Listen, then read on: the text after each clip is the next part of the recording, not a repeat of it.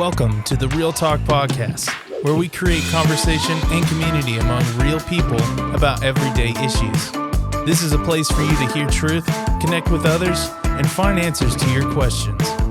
Here's your host, Alan Reed. Hey everyone, welcome to the Real Talk Podcast. We have the entire gang with us today, and we're ready to jump into our final discussion on doubts and reconstruction, or deconstruction. That's what it is, right? Deconstruction. Yeah, but we're changing it up. We need Start to.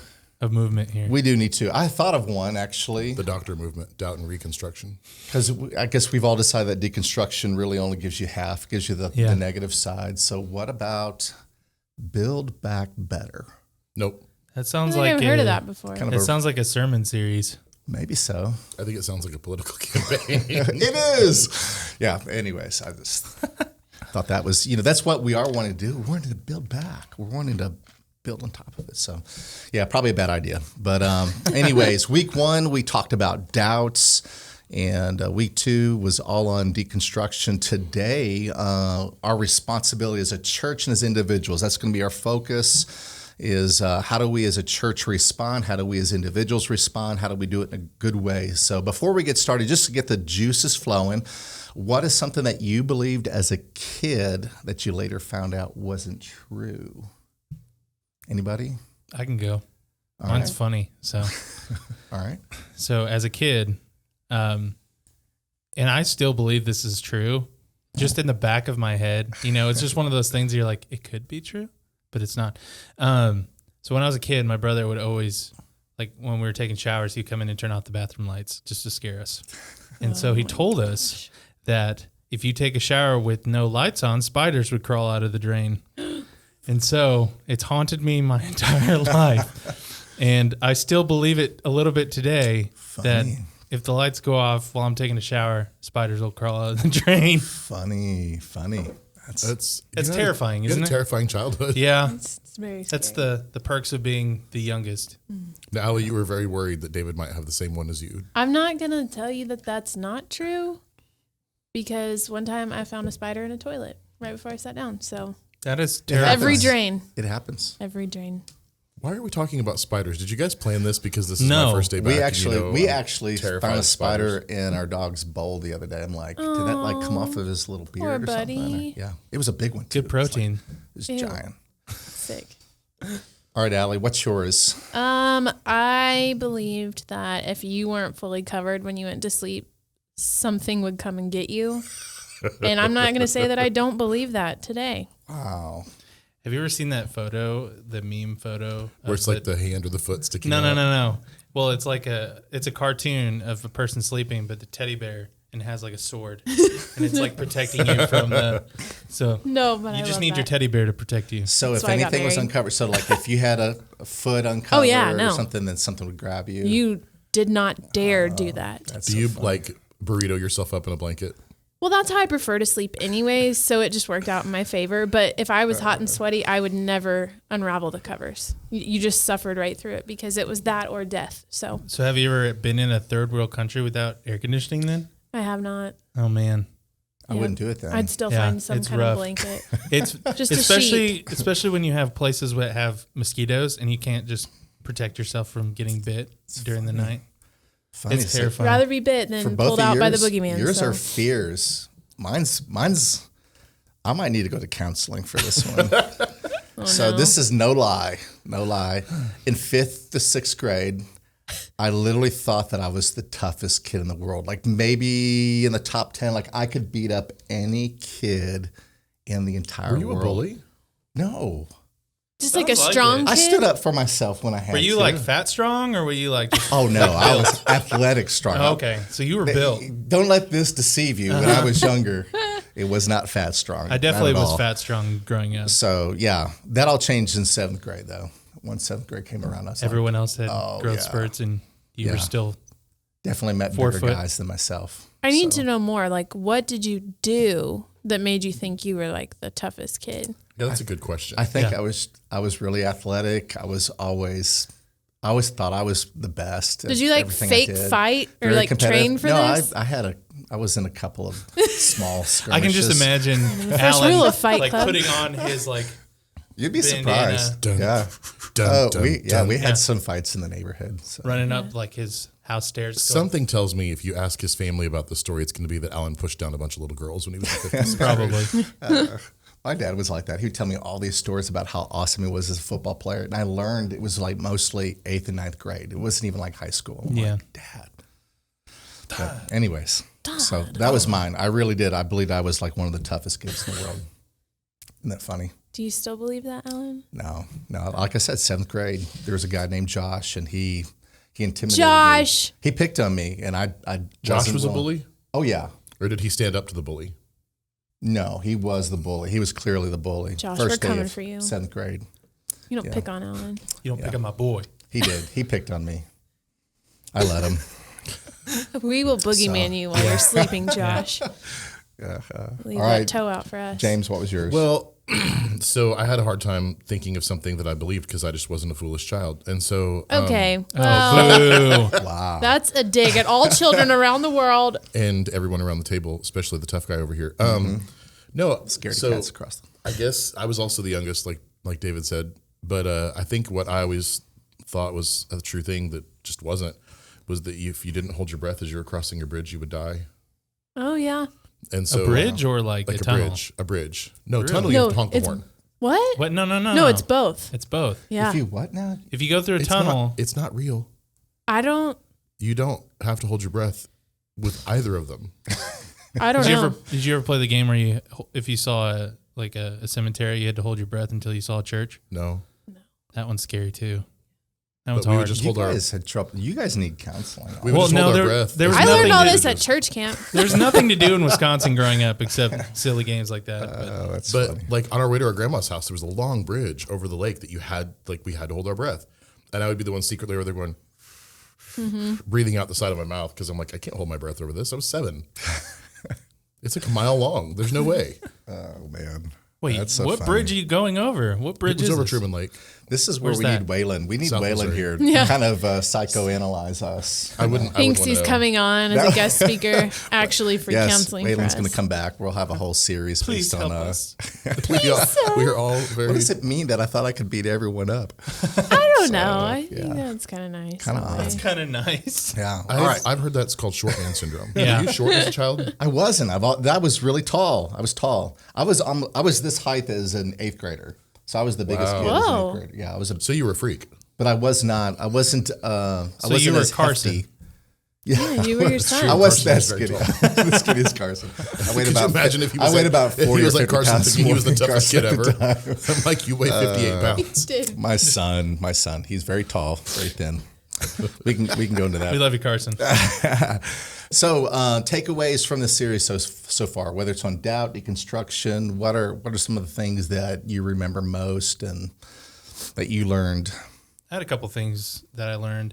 I mean, not necessarily that I like knowledge learned, but more or less kind of learned about myself. I wrote down that that doubt and deconstruction's a lot more of a gray area than we realize it is, because we kind of associate doubt and deconstruction as the same thing, but really they're not. They definitely are vastly different. We've talked a lot through that of what each one kind of looks like. And I mean, we'll talk about it a little bit more today, but also I feel like it's probably a good thing for all of us that we need to be better about giving more grace to others, especially if they're going through a time of just doubt and trying to figure out what their faith is. Because we probably have gone through it or will go through it ourselves as well. So, and we would want that grace reciprocated to us. Absolutely. And so definitely those two things are the big things for me, because there's a lot of things that, we can explore in the unknowns of our faith. And that's why it's called faith, that we might not ever find answers for. And it's okay to be, not have all the answers, and it's okay to not give somebody all the answers. Yeah. But it's important to have like a good gospel foundation, obviously. But those, what we talked, the non-essentials that we put above everything else, those are the things that we can explore in theology and things. But definitely want to have a good foundation of the gospel. Yeah, good points. Mine's similar in the sense that probably more convicting for me is it's easier for me to get like worked up about friends who are going through deconstruction because I see it as such a negative thing. And it's not necessarily, it doesn't have to be that way. Right. A lot of that is just my perspective and how I'm projecting that it's a negative thing onto them. So in those cases, it's been easier for me to just let them figure it out on their own. So really sticking it out and being there, because a lot of people do that. And so if you just have a couple who stick behind to help you as you're sorting through those things is really important. And I think also just the recognition that it's not necessarily a bad thing and that maybe at some point, like David said, it's going to happen for all of us. Yeah. And, we like to put ourselves in like, hey, I'm really strong in my faith. There's probably nothing in my life that could come along and make me doubt. Or if I do doubt, I can work on it from there and it won't lead to deconstruction. But as we've learned, like there are so many influences that lead to deconstructions and we're not safe from any of them. So. That's good. That's good. How about you, James? Anything else? Well, so I haven't been on the show, but I've obviously been a part of the study phase and process and all that kind of stuff. And, it's really interesting as we've talked through, various people that we've talked to that are experiencing it and whatnot, and just kind of talk through some of the mainstream culture things that are behind the term doubt and deconstruction. For me, I've kind of been skeptical of the process, right? Skeptical of like, what is doubt and deconstruction? To me, when I look at some of those mainstream leaders that have done it, there's almost this side of me that says, yeah, they're just walking away because they have a sin nature and they want to do whatever. But as we've talked through, kind of preparing and studying and whatnot, it's so interesting that there's such a vast variety of reasons why people enter this arena labeled doubt and deconstruction, which I agree with everybody. I think it's a terrible moniker to give it because it does lean towards the negative, and it does lean towards that if you wander into this zone, which again, we've all said it, you will at some point, but if you wander into this zone, it's almost like a no-no zone. It's a minefield where you're just instantly going to walk away from the faith. And with the people that we've talked to and the stuff that we've read and we've studied, that's just not necessarily accurate. And it's just such a pendulum swing behind why people wander here, why people go here, why people enter this arena of, I want to question things. Is it wanting to understand principle theology? That's not a bad thing. Is it wanting to understand what I've always been taught because I've never engaged it myself? That's not a bad thing. I think there are bad sides of it. People have a sin nature. People want to engage in their sin and they don't like the conviction that their faith brings them. And so then there's also that side of the pendulum. Yeah. And so I think it's just been really interesting as we've studied it and kind of walked into this, trying to be very careful with how we approach the subject, that it's been very eye-opening to see just exactly why people are engaging in this. Oh, I think I totally agree with that. It's just there is such a wide variety of reasons why people will go through a process like this. And what's been really intriguing for me is it's been fun. I've had 3 different opportunities to talk with people. One of them was yesterday morning, and I didn't realize it was going to happen, but someone else that was going through a form of deconstruction, and all of them, everyone that I spoke with had listened to week 1.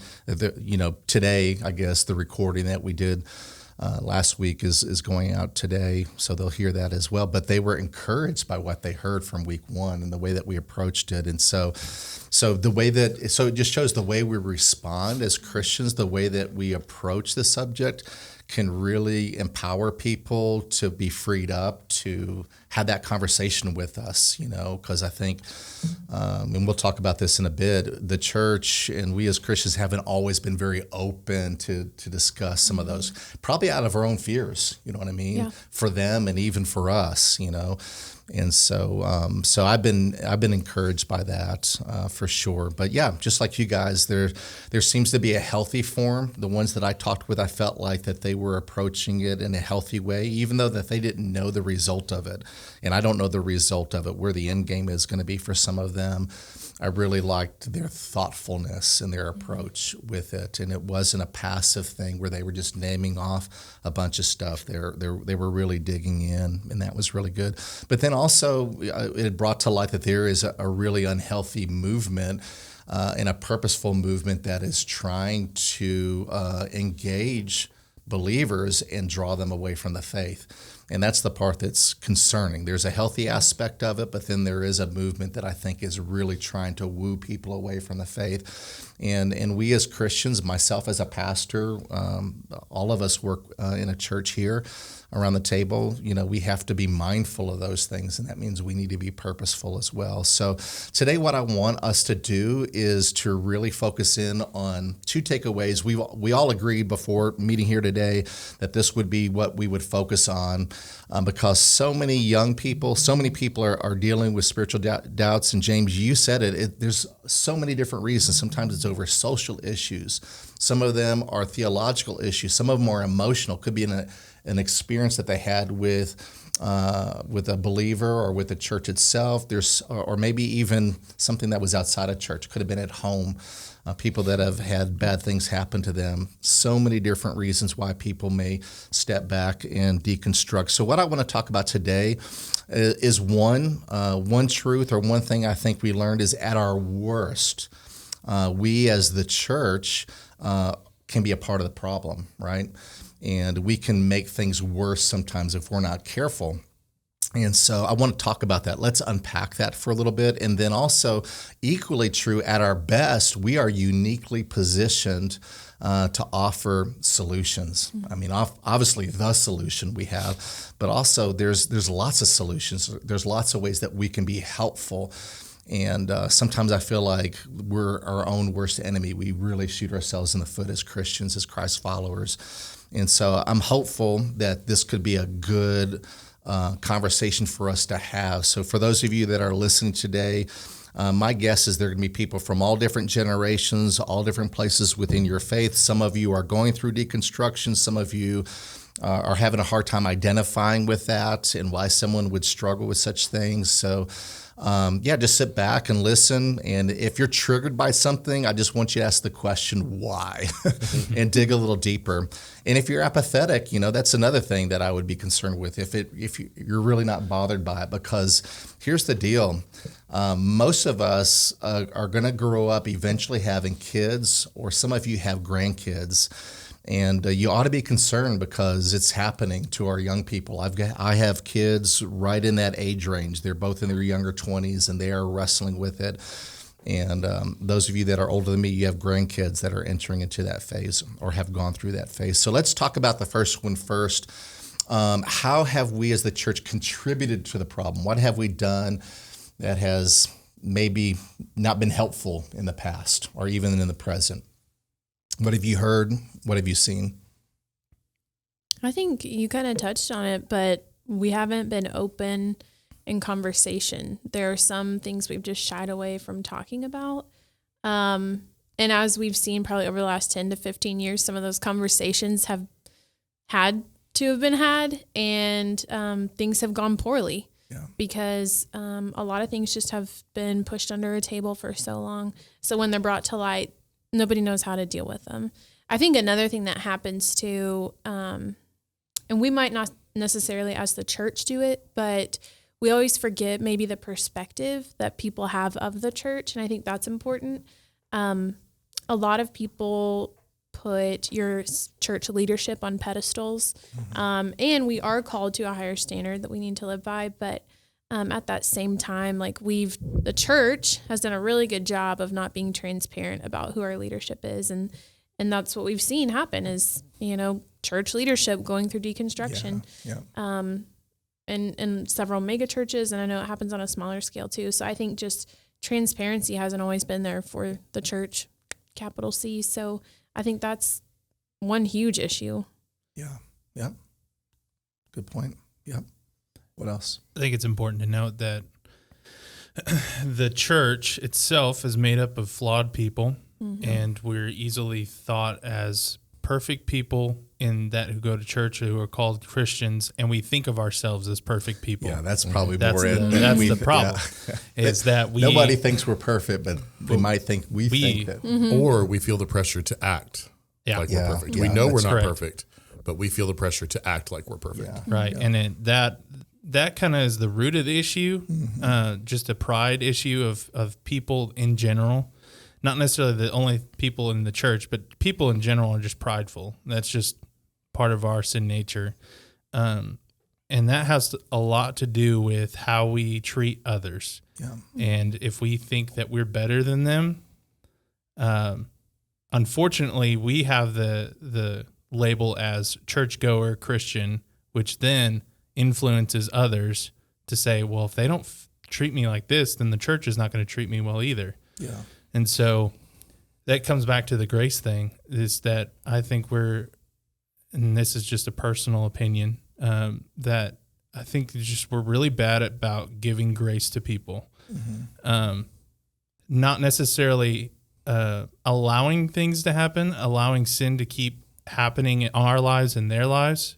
But it's easier to, get the speck out of their eye and not take the log out of ours. And so there's a lot of flaw. And I mean, we as Christians know that we are hypocritical a lot. And so that plays into it as well. And so I think as the church, yes, built up of just many flawed people, can have this, I guess, just a vision or I don't know what you want to call it, just a appearance of not being graceful to those who are going through these things. There's a really good book that speaks on that really changed the way that I approached starting churches when we were doing that.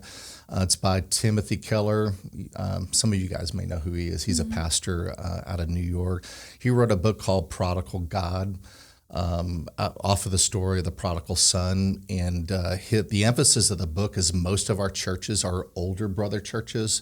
As in we've done the right things most of our lives, or we've stayed away from the bigger sins, and we might look down on the younger brothers. So you have people that have walked away from the faith, or they grew up rebellious, and then they come back to church when they become young adults or adults, and they don't feel like that they belong. And some of the reason is because older brother types, like many of us, might have a difficult time receiving them well or identifying with them. And so that was one of those things where we try to purposely protect and have a balanced or even lean towards a younger brother feel within our church, because we wanted them to feel comfortable. We were going after those who weren't plugged into church. And so if you want to read a great book that might give you some better insight on that thing, The Prodigal God by Timothy Keller, great book. So at our worst, we, the church, are part of the problem. I remember about 15, 18 years ago, I was working with young adults, college students specifically. I was at a church that was, very near a college campus town. And so we had a ministry that specifically targeted those, and we were on college campuses a lot. And one of the college campuses, they were not Christian colleges. They were like Missouri State and stuff like that. So one of the colleges was hosting a movie night at the student union. And it was a discussion over a movie that was culturally relevant at the time, and it was a movie called Saved. And I don't know, have you guys even heard of it? No. Mm-mm. So I'm not recommending the movie, but I will tell you, we went to that. And the movie Saved, it's got a bunch of, it's got Amanda Bynes, Macaulay Culkin, and some other people in it. The whole principle of the movie is it basically pokes fun at all of the cliches about Christians. And it does all this stuff. I mean, it paints it in like the worst possible picture. But then as a believer and as a leader in ministry, I was sitting there watching this going, oh no, like this is legitimately how non-believers view us. And as we're watching, it's like, it's easy to just get offended and be like, no, that's not how we are. But the reality is, nope, that I could 100% see how people would think that's how we are. And so I think that is one of those cases where, secular mainstream world made something funny to poke fun at believers. But the reality is it's very revealing about how the things that we do and some of the stuff that's in it are things that people do at their worst. So it's not like it's, all the good stuff we do, but it's all those cliche things that people think about. Like David said, people identify us as a believer, and that's instantly what they think of. That movie is it. And it was very like, oh man, that's very convicting. to think that this is how people, like the idea of, well, it's time for prayer requests, meaning it's time for gossip hour. Like, yeah, that's the kind of stuff. There's even at one point where it's humorous, but it's terrible. A girl throws a Bible at someone, and the next line is, "You're not supposed to use the Bible as a weapon." Right? Like, ouch. I mean, they're making fun of it, saying because she physically used the Bible as a weapon, but what the writers meant when they wrote that. And the reality is that's how the world views Christians, because we want to be better than that. We don't want to be that way. And so for me, that was very eye-opening, as to, okay, we need to not take the approach that typically we would take, and using the Bible as a weapon, and all this stuff. I mean, like, so it was but I think that's one of the things that for me was very like, wow, we are part of the problem. Those things are good. I don't think we could ever, and it shouldn't be our goal. I don't think we're ever going to be cool on the side of the world. You know what I mean? Faith, Christianity is never going to be cool. It's probably going to never be looked on in a positive way. But at the same time, we can do things that would intentionally be right. Right. We could probably help ourselves out offensive, some, right? On the assault. I mean, the gospel is offensive, right? And Scripture says that. Yeah. But growing up, being a Christian in the Northeast, being a missionary overseas, planting churches, I'm always looking at what's the most effective way for me to present my faith. And it's never going to be popular, but I can always position myself and portray my faith in such a way that it shows how beautiful it can be and what it can do for a person's life, and try to be genuine. And none of us are going to be perfect, but yeah, stuff like that. It's good for us to see how we are viewed from other people.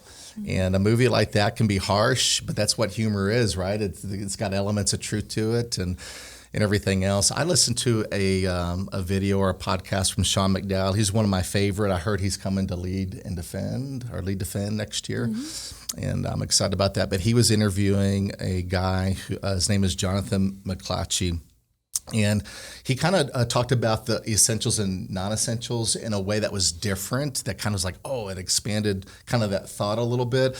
And I think this is helpful for us as Christians to understand, especially those of us who are pastors. But I think, for those of us that are teachers, if you're a Sunday school teacher, a Bible teacher, small group leader, these things are important for us to understand. But he divided up the Christian faith in 3 different tiers. The first tier would be beliefs that differentiate us, Christians, from non-Christians, okay? Things like the deity of Christ, the Trinity, the resurrection, those are top tier things. That's what we would call the essential things. The second tier things would differentiate which church you might go to. So for us, we're Baptists, so baptism might separate us from other churches that do infant baptism, as opposed to, for us, believers' baptism when someone's a young adult or an adult. Pro-life issues might be one of those things that might cause someone to say, I'm not sure if I'm going to associate with that church, whichever way they land on it. Marriage, view on Scripture. So they aren't top-tier things, but they do help kind of differentiate some churches from another. And then the third tier would be your in-house discussions among believers. That might be Calvinism versus Arminianism, young earth and old earth, eschatology, what exactly is going to happen leading up to Christ coming back. Those are all issues that are more in-house that we ought to be able to have those conversations about. But when we put those second tier and third tier things up to the top, then we start getting in trouble. And our high school students and our college students start thinking, man, this second tier thing, whether it's baptism or whatever it is, we place it up here. And then we meet people from different backgrounds, Christian backgrounds. It's like, wow, there's good people, and there's very thoughtful and intelligent theologians that disagree on some of these things. That's why we disagree on them, because they're not clear. And so he made the point, when we add things to that upper tier, we're in danger of legalism. When we remove things from that upper tier, then we're in danger of liberalism or heresy. And so we have to be really careful how we shift those things in and out. And so I think that that's important for us, because a lot of people are graduating high school and they're not coming back to church. And so that should say something to us. We need to be careful in that area. And to clarify, liberalism meaning not political correct. Right. Liberalism as in having free thought on beliefs. Right. There are Okay. many ways to heaven. Just want to clarify. Right. Yep. That's exactly right. Yep. Yep. And that's a whole other topic that I'm going to get into if you guys don't get into it. Oh boy. But I was going to say when James was talking, I think it's important to note that this dissension between believers and non-believers is nothing new, Right. Oh, yeah. because it's been since the start of the church. Yeah. And there's some pretty dark history in the Christian history, even up to today.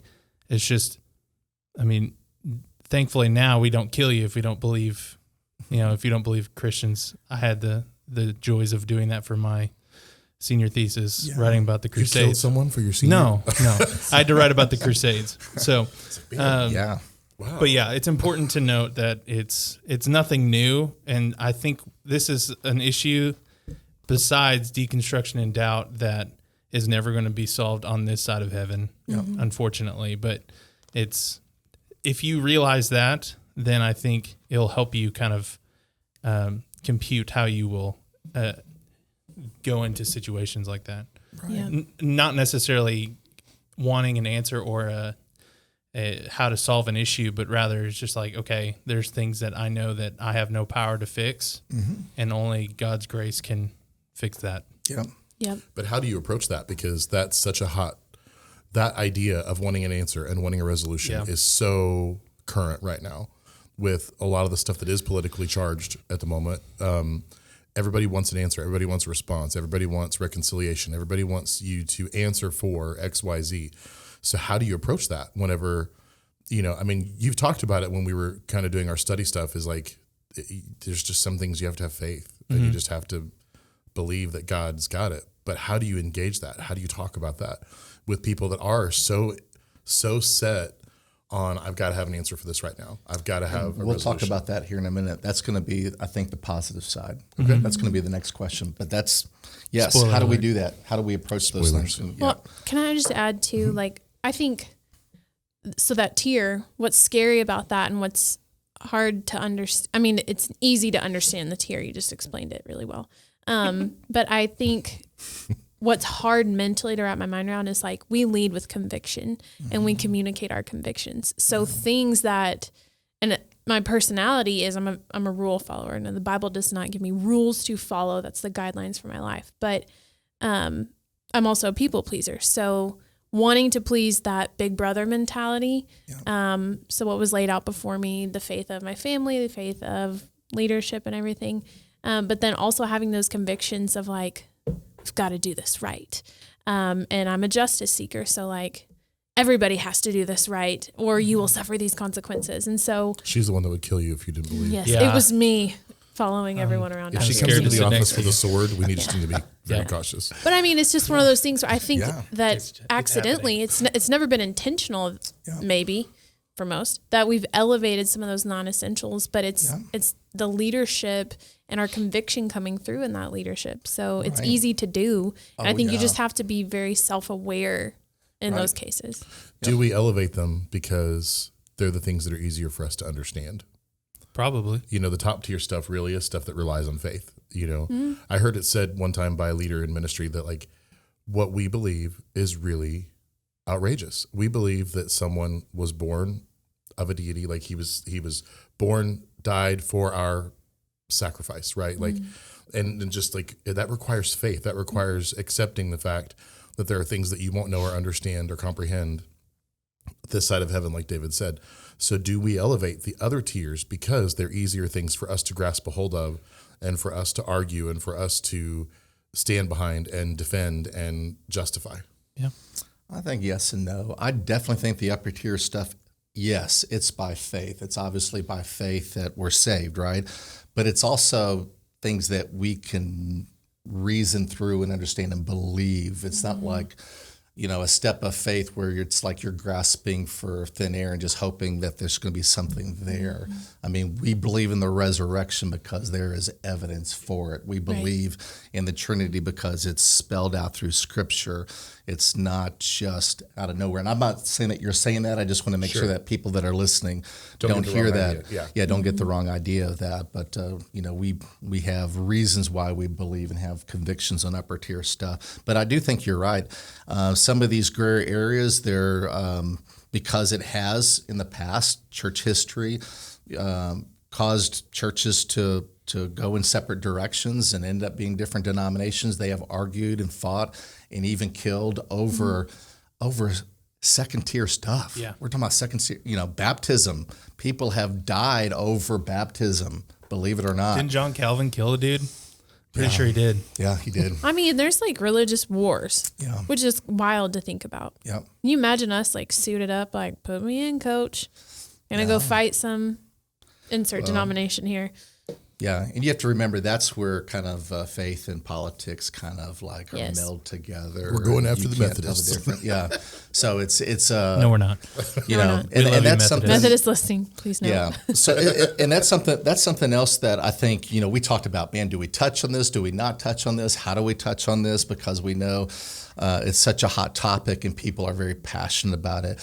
But with the three individuals that I spoke with, and they're all younger. They were all below 30. Well, one of them was probably in his 30s, but they were younger, in the younger generation than many of us that are listening to this today. And they cited a lot of the social issues that are going on. They've grown up with friends that have come out gay.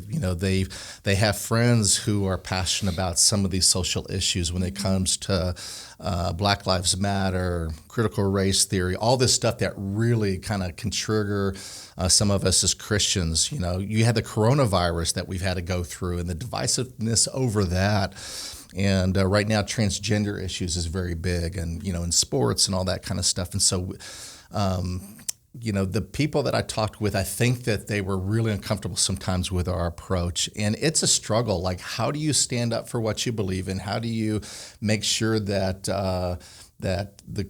maybe the Christian worldview is represented well when laws are being enacted, when we're sending our kids to school? It's a hard balance, but I don't know if we've always approached those things well. And we don't have to get into the details of that, but as a picture of it, I had a long conversation with my dad. My dad is old school. He's in his 70s. And he's genuinely, and sometimes for good reason, concerned for his grandkids in a general way because of the generation that they're growing up with, but also because of the things that he sees from his grandkids as well. And so his approach is just to hit them hard with the truth. And he's very matter of fact. He's very black and white. And I think that this generation, there's a generation shift.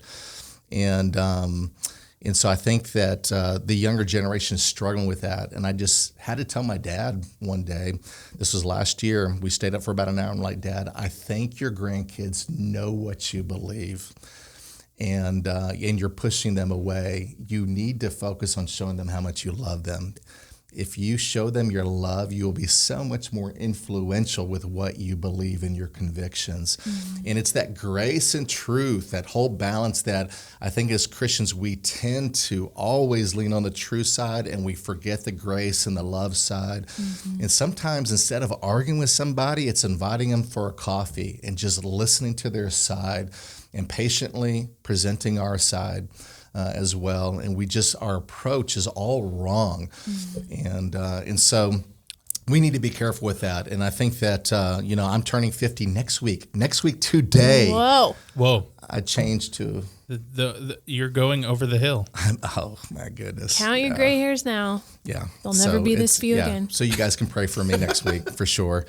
But so when we come to the political side of things, we're not going to delve into the weeds because we want you guys to continue listening to us, and we probably don't all agree on everything, If there's right? anything, there's like around this table we don't all agree on that stuff. Yeah. So, but I do think that we have to remember, for those of us who are older, let me speak to you for a second. Remember when you were younger and how ideal you were about the world. You saw the flaws. that your parents had ushered in, and you really saw that your generation could be a part of the answer. That is your grandkids or your kids right now. And of course, they're going to see the flaws. They are looking at the world like stepping into a room for the first time or a house the first time. They're noticing what it looks like, what's on the walls, the furniture, and they're noticing those things. And of course, they're going to be troubled and wrestling with those things. And so we can slap people with the truth, and we can be ineffective. Mm-hmm. That's my dad, if you're listening, that's what I've been trying to tell you. Or we can share truth, but we've got to do it in love. They need to know that we love, that we care, that we really do care, and that we're listening, that we're actually listening to their side of things. And we might actually learn something. You know what I mean? And but we have to earn the right to be heard. It's a different generation, and that's what I had to tell my dad. Dad, just because you're their grandfather doesn't mean they're going to listen to what you have to say. Mm-hmm. You have to earn the right. I don't know what it was like when you were a kid, and I doubt that it was that way too. But he seems to have this thought that because he's the patriarch of the house, that they're just going to naturally listen and do what he says. Does anybody else feel like we need to get Waylon in here with Alan and his dad to have a heart-to-heart conversation and just record it and see what happens? My dad knows this, and I think this is like across the board. This is house to house, family to family. Well, you're talking to and about your dad, and I'm over here thinking, Alan, stop talking to me, because I do the same thing. We all do. We're all that way. So yes, at our worst, this is how we can come across, not just to our grandkids and our kids, but we can come across that way to the world. But the reality is, and of course, we're talking to each other, the choir. We really do believe that we have. We have something for the world. We have the solution for the world, right? Mm-hmm. We're in a unique position for that. And so, why not try to capitalize on that? Mm-hmm. So let's talk about that second piece right there. And that would be knowing that we are uniquely positioned to bring a solution. What are some things that we can do as individuals and as a church to be a part of the solution to help out? Well, I have a metaphor for this that I just thought of earlier while we were recording, but I think it's really good. So I'm a car guy, always have been, but when I say car guy, I'm not the kind that's going to go change my oil in the garage or do my brakes, right? I just love cars. I love like technology in cars and all that kind of stuff. But tonight, my truck goes in to have its brakes fixed. I'm a car guy, I love cars, but what am I going to do if I'm having a problem? I'm going to go to the people that know what's there and know how to take it apart, find the problem, and help put it back together again. I'm not going to do that on my own, because if I did that on my own, it would epically fail, and I wouldn't have brakes, and I would get into a fiery crash. So, I'm actually going to go to the mechanic that understands what is there and understands what needs to be done to fix it. And so I think we as believers in the church have the responsibility to help be that mechanic for the people that are dealing with this. And part of that also comes into the responsibility for us is not just to blindly follow, but to understand why we believe what we believe and understand the depths and the intricacies of our relationship with Christ so that we can be the mechanic. We can be that person, that someone who's experiencing these doubts and these struggles and these questions, we can be the person that they can go to because we're the mechanic. We're the ones that know it and understand it, can help them put it back together. Yeah, and remember, we're not the only mechanic. Right. People today are just turn to Buddhism as they would to Christianity or some other faith. And so we can't assume that we are the only mechanic in town, and so we've got to be able to communicate that well. That's good. Yep, I like that. What else? I don't want to play devil's advocate here. Devil's. But how would we communicate with someone who believes the church is not the answer? I think that we have to. I think the approach needs to be relational. Yeah, is it? I'm assuming it's going to go back to what you were just saying. Investing in people's lives is the important thing. Yep. But I hear this question and my head instantly goes to the people that are like, well, yeah, you believe that because you go to church. I don't believe the church is the answer at all. But you also don't really believe church is the answer, right? Like church is not the ultimate answer. No. It's a gateway to the answer. Right, exactly. And probably I would respond differently depending on that person and their upbringing and their worldview. Yeah, and why they got to because that there's a lot of people who are, quote, Christians. They may really be Christians or not. In Colorado, we hear this all the time. I'm a Christian, but they would point west. There's my church. They point to the mountains. And so they would be like, that's where I find God. That's where I'm close to God. And so they truly were saying, I'm choosing that over organized religion, over the church itself. Yeah. And I just had to remind them, man, if you're a Christian, you have to remember that Jesus founded the church. It wasn't just a man-made thing. God came in human form, not just to die on the cross for our sins and be resurrected. I mean, that's kind of the main thing he did, But he founded the church. He was the one that said to Peter, upon this rock, I will build my church. Yeah. And as imperfect as it is, and it's always been imperfect. That's why we have the New Testament, because it was imperfect and they were letters to churches that were troubled, that were dealing with everyday issues. And so I would remind that person of that. But if it's someone who hasn't grown up in the church or they are really antagonistic towards the church, then I would say that that's not where you find your answer. You find your answer in Christ. Yeah. And when they found Christ, I would remind them that Jesus had a purpose for it. And the church in itself is a tool to help the believer, not necessarily the answer for the believer. No. Because, I mean, we're going through the Old Testament and specifically Joshua as a church in our small groups. There's many times where God is like, hey, here's a reminder for you. Yeah. This is a reminder. Do this because you need to remind yourselves of this. Yeah. And I mean, church in itself is a weekly reminder, though we need a daily reminder, but most of us only go to church on Sundays. Yeah. It's a reminder for us to fix our eyes on Christ. And that's where my ultimate answer would be on, I don't believe the church is the answer. You're right. We don't most of the time, but we worship the person who does have the answer. Yeah. Well, something too, and I don't think when you ask that question, David, this is what you're saying at all. But I think a lot of times, and at least I know for me, this has been this way. We think that we have to have the answer. This is our one and only chance to answer the question. And really it does come back to relationship. Mm-hmm.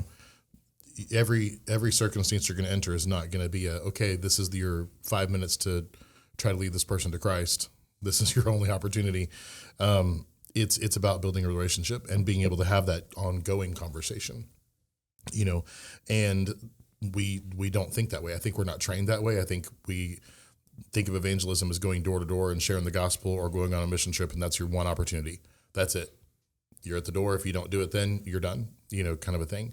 And as we live out our lives, that's not reality. Mm-hmm. The reality is we need to build relationships with people and share and talk and discuss and not try to, force thousands of years of theology down someone's throat in 5 minutes, right? Or half an hour or over dinner. I mean, it needs to be an ongoing conversation. Yeah.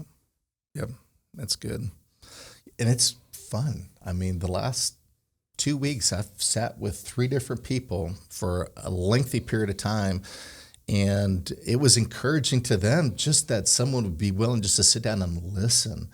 And it's not like I had to come up with these crazy answers or solutions. I think just listening and giving some thoughtful insights, suggests a couple things. I mean, I bought a book that was suggested to me that none of us would probably agree with, the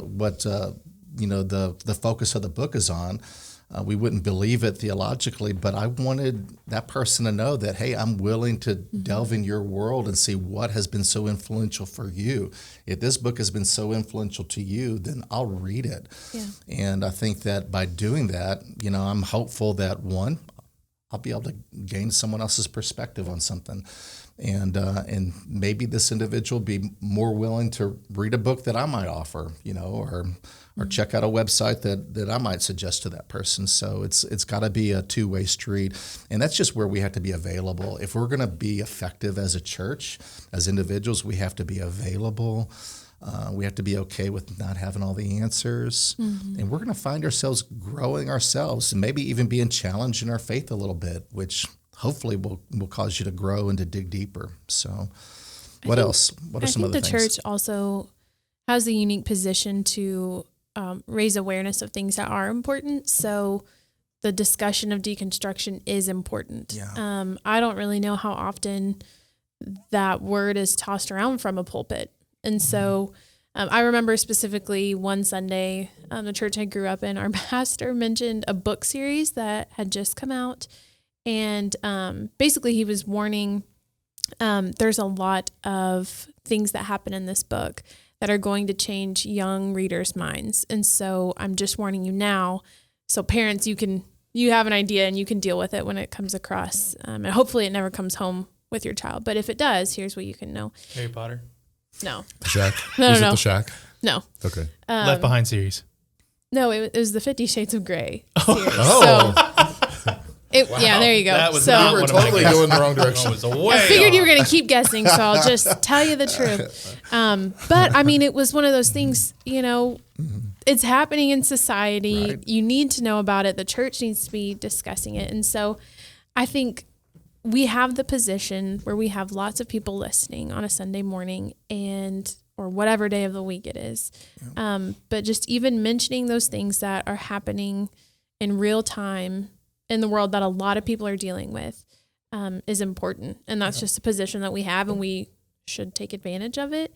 So I don't know. I think that's good. And also what you said earlier about love and truth is so important. I had a friend who is actually in the middle of deconstructing and was trying to sort out, their feelings about love and truth and the balance of that on social media. And so just primed the pump for all kinds of comments. And you could tell that there was a struggle there. And I think there is a fine balance between, because telling someone the truth is loving them ultimately, but also loving someone is the truth that we know that we should follow. And so there's a perfect balance. We're not advocating that love is just never getting around to the truth. That would be Right. That would be awful. Exactly. Yeah. Yes. It is more loving for me to tell someone the truth than to never share anything with them. Absolutely. And It's like if they're drinking toxic water and you're like, hey, you're drinking toxic water, you probably shouldn't do that I'm telling you because I love you. because I love you. I don't want you to die. Say, I believe that love is the answer. I believe that love will find a way. Oh my gosh. Peace. That's good. Good. Anything else? What are some other ways? I'll be honest, I struggle with it. This has always been one of those things that has been very difficult for me, candidly, it's that love and truth balance, right? And like Allie, you're absolutely right. Telling people the truth is loving them. And, there's also an understanding of when's the appropriate time to do that and the appropriate way to do that. Then that's the area for me that's a struggle. When I have friends that are going through seasons of struggle or, deconstruction, I mean, like I've got a friend who probably won't ever listen to this, but, you Never know. You're right. You never know. He has been a leader in a church. He's been a staff member in a church, and he is, stepping outside of the boundaries of what we would call an appropriate lifestyle in order to just engage in whatever.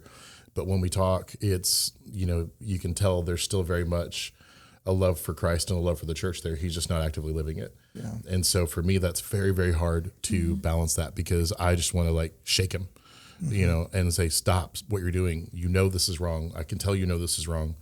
But, how do I do that and not turn him away from the truth? And how do I do that and love him? And so I err on the side of not pushing, and that's really hard for me, because to me, watching someone walk down the minefield and drink the toxic water is so hard for me to do that. And so I struggle with where that balance is and how to do it and how to engage it. And so, I'll just admit I struggle with it. So this is not something I have an answer for because I'm not doing it well. And there's not a science. It's not like, well, James, if you'll do this, this, and this, Right. then you're going to get this result. I think our faith walk and the way that we engage the world it's an art in some ways. Every relationship is unique and different. But, it's funny, you grow up in if you grew up in church, and if you grew up in a church that is passionate about sharing their faith, then you learn about missionaries. You learn about those stories about them leaving their country and going to a different country, learning a culture, learning different foods, and how to put the gospel in the context of that culture. We're asked to do the same thing every day, and that means going on their turf, whatever that looks like, and it's meeting them there because it feels safe for them there to be able to talk about it there. We're big on inviting, and that's good. We ought to invite people to church, but some people we've got to meet them where they're at, and be able to hear their story. We got to go, and we got to be willing to do a lot of listening. Where I think a lot of us we want to talk and we want to share the truth, and we can be really impatient with that. Here's some things that I wrote down as I was doing some studies. And kind of just as individuals, what can we do to help? And that's essentially what you're asking. I just want to throw these at you guys, get your take on it, and just stop me, whenever something either resonates with you or if you have a question about it. But for those of us that are Christ followers, this is good advice for us. But I think there's going to be some stuff in here. If you're struggling with doubt or you are in you're in the process of deconstruction, there's some stuff in here that's really, really good. So it's advice for Christ followers, and it's advice for those of you, whether you're Christ followers or not, and you're going through it. But one is, and this is very practical, and I was like, okay, this is easy. When I meet people for coffee all the time, if I'm going to be meeting someone that I know that's going through some form of deconstruction, or we're going to meet over Zoom or something like that, just have them send you a paragraph with what their concerns are. What are your key concerns? That way you have an idea of what exactly they're stumbling over, what exactly they're struggling with. And typically there's going to be one key thing, and there may be several other ones, but just have them write that out for you. So that way you can be somewhat prepared for the conversation a little bit. And that was one thing, just do your homework. So that way when you have that conversation, you're just a little bit better prepped to be able to say, I hear what you're saying. Here's another way of looking at it. Here's a different angle. Instead of saying, you're wrong. This is why you're wrong. This is what the Bible says. This is right. You can stop talking to me. Right, exactly. And so it's listening well and offering a different perspective on things. So I thought that was really good. So I wrote those things down. Talk about what their concerns are. And this is where what you said earlier in the podcast, James, is that there is so many different reasons why people struggle in their faith or decide to go into some sort of process of deconstructing. It could be emotional. It could be totally theological. It could be just literally, I don't get it, or it doesn't make sense to me. And I don't believe that a good God would do that, or whatever. So many different reasons. So talk about those concerns. And then here's the part that I thought was really good. It was suggested, help people to approach their doubts in an intellectually responsible way. So this came from a professor, but this helps those of us who are highly relational to be practical, and that is to prioritize your struggles, prioritize those things, and prioritize them, the high stake things, so the things that are in the upper tier and those that are in the lower tiers, and focus on the upper tier stuff first, because if they can't get beyond that one, there's no way they're going to get to the other stuff, and just focus on one at a time. And I can resonate with that. I can resonate with being a little bit ADHD. I can have a lot of things floating in my mind, and things are just generally fuzzy until I'm just like, nab one of them. I'm like, all right, I'm going to tackle this one thing. It's the same thing here. And so I thought that's really good. Figure out what the high and low stakes are. And piggyback off of that too, it's okay to not know something, and not to be arrogant about it. Because that's a part where I struggle, is being arrogant about things I don't know. And ignorance is okay, but apathetic ignorance is not. So it's okay to research something and say, I don't know. Let me research that with you. Yeah. And let's dive in that with that together. Also with you, not for you. Correct. Right. With you, not for you. Because maybe you learned something. Yeah. Maybe you really have interpreted scripture the wrong way your whole life. You will learn something. Yeah. Even if you never agree with it, you're going to learn another person's perspective, and hopefully it'll help you either solidify what you believe or make Right. an adjustment, you Right. know? And so, yeah, I think that's really good. That's perfect. And so Proverbs 25 says the purposes of a person's heart are deep waters. In other words, the things that we wrestle with can be complicated. They can be deep waters. But the one who has insight draws them out. And so it's not like we always have to be like, we have all the answers. But I do think as Christ followers, it would be foolish to say that we don't believe that we have the answer. Pastor West, before I preached 2 weeks ago, he texted me and Steve. We were both preaching that day, and he just said, give him Jesus, you know, just give him Jesus. And I was preaching out of the Old Testament. He was peaching. Yeah, I was peaching. He's I was peachy. peaching it. And so, but I was like, you know what? It's like, really, it goes back to the old Sunday school answer. I mean, Jesus is the answer. Isn't there a song about that? Don't you Sure. remember back in the 80s? No, I'll sing it for I you. don't remember the Cannot- 80s. Jesus is the 'Cause answer. I was born for in Was that the Multi-way. dance that went with it too? No.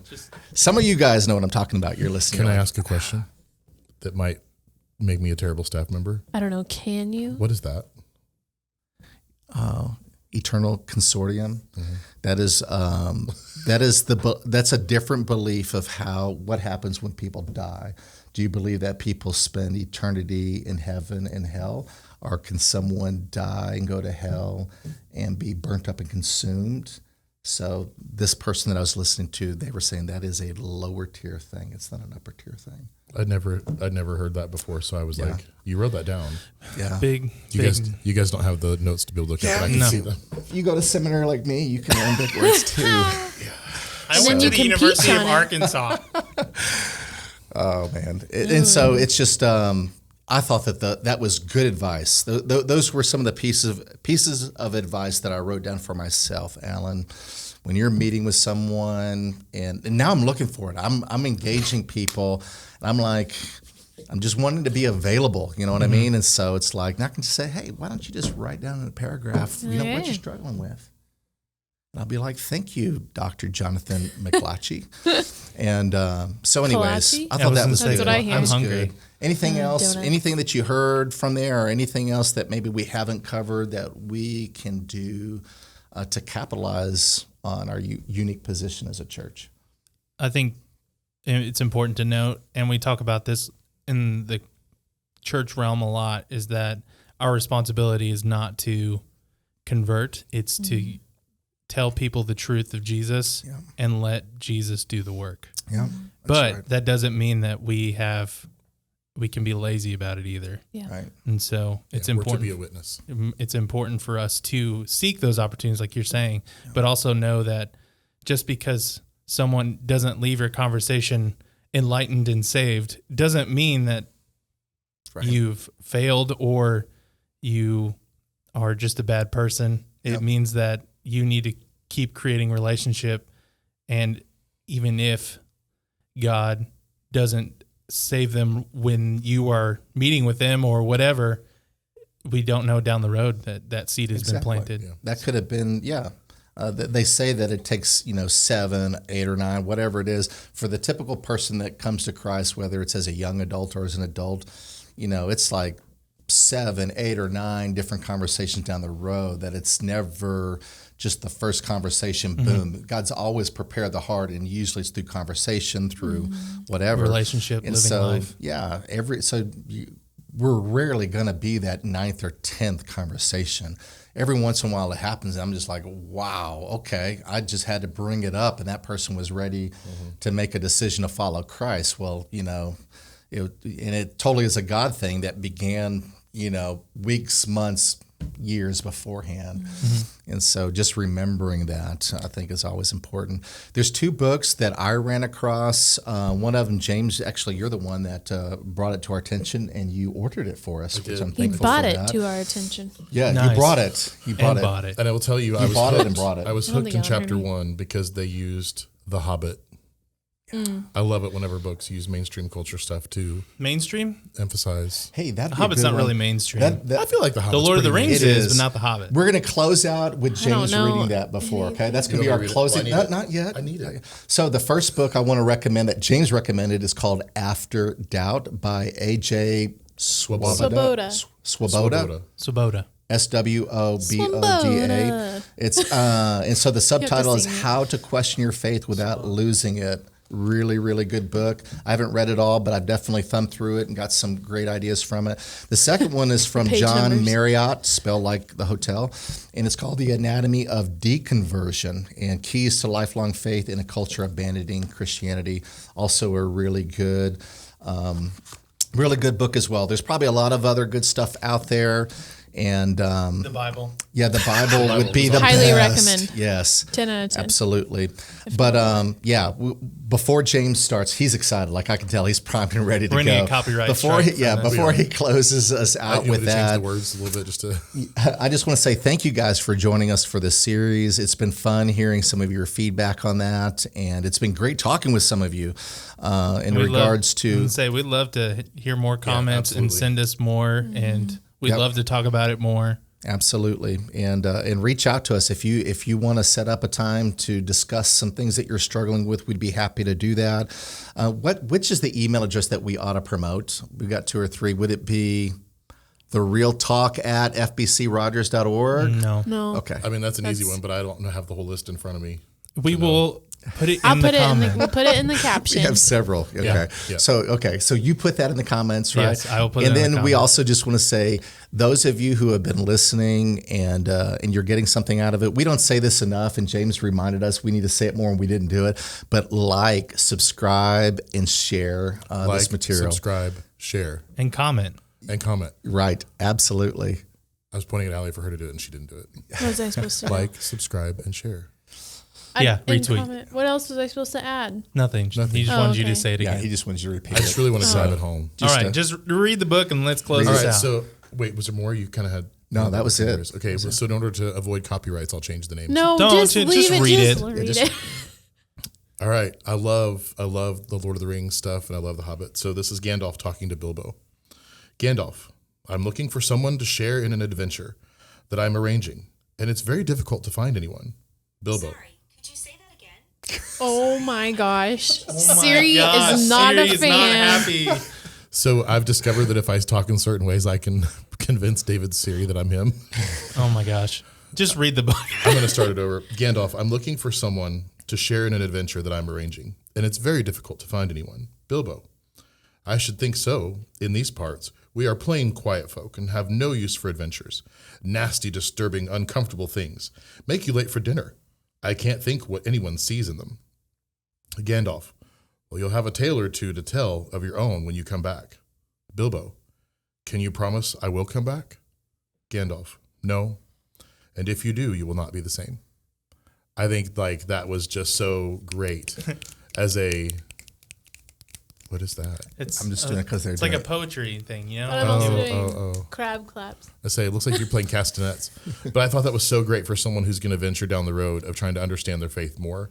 You know, that idea of when you get back, you won't be the same. Mm-hmm. And that's what really any encounter we have with Jesus, we should not leave it the same. And so my hope is that as people are exploring their faith and trying to understand it again, I hate the term deconstruction, but as people are trying to understand what they believe and why they believe and all of this stuff, that they would meet Jesus and then walk away different. Yeah. Amen. Great way to close our time. We'll see you next time.